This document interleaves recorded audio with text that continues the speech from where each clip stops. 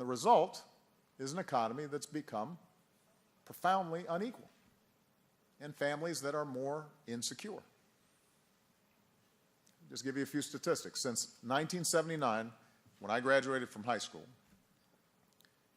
our productivity is up by more than 90%.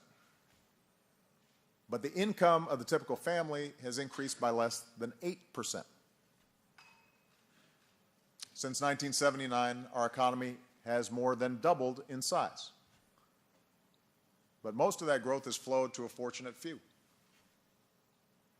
The top 10% no longer takes in 1/3 of our income, it now takes half.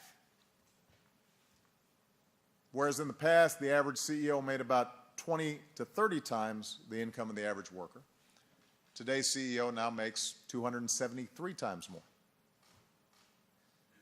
And meanwhile, the family in the top 1% has a net worth 288 times higher than the typical family, which is a record for this country.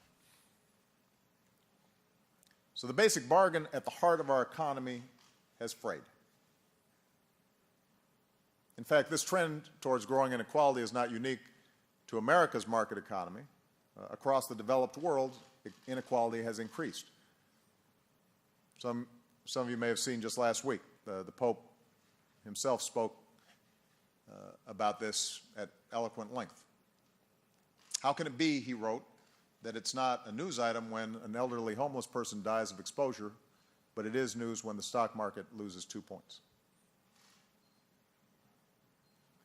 But this increasing inequality is most pronounced in our country. And it challenges the very essence of who we are as a people. Understand, we've never begrudged success in America. We aspire to it. We admire folks who start new businesses, create jobs, and invent the products that enrich our lives, and we expect them to be rewarded handsomely for it. In fact, we've often accepted more income inequality than many other nations for one big reason, because we were convinced that America is a place where even if you're born with nothing, with a little hard work, you can improve your own situation over time and build something better to leave your kids. As Lincoln once said, while we do not propose any war upon capital, we do wish to allow the humblest man an equal chance to get rich with everybody else. The problem is that alongside increased inequality, we've seen diminished levels of upward mobility in recent years. A child born in the top 20% has about a 2 in 3 chance of staying at or near the top. A child born into the bottom 20% has a less than 1 in 20 shot at making it to the top. He's 10 times likelier to stay where he is.